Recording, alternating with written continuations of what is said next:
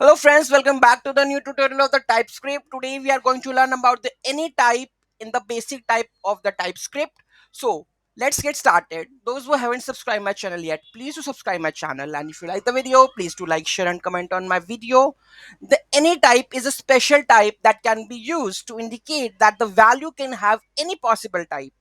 So suppose I don't know the type of that variable, whether it's to be string, number, boolean or enum, I don't know. So in that case, what I will do, I will define that type to be a any, the normal plain javascript.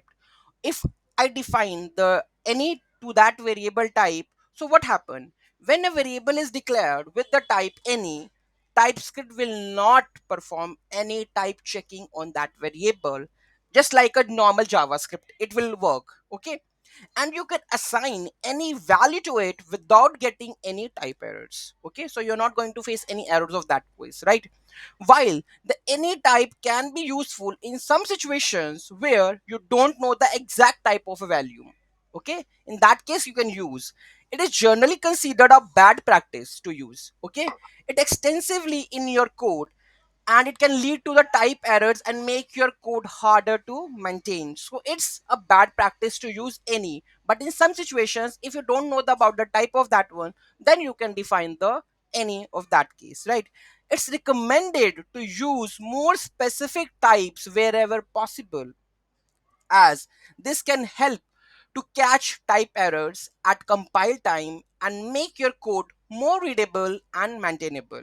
Okay, so let's take an example. So here, my variable, I don't know the which type of it, whether it's to be a string, number, boolean, anything. So what object also. So here I define my variable 42. Okay, my variable hello world string. So because the type is any, that's also okay. My variable foo object, that's also okay because we haven't defined the type of that variable, so it can be taken as a number, boolean, object, anything. So that is the case, right?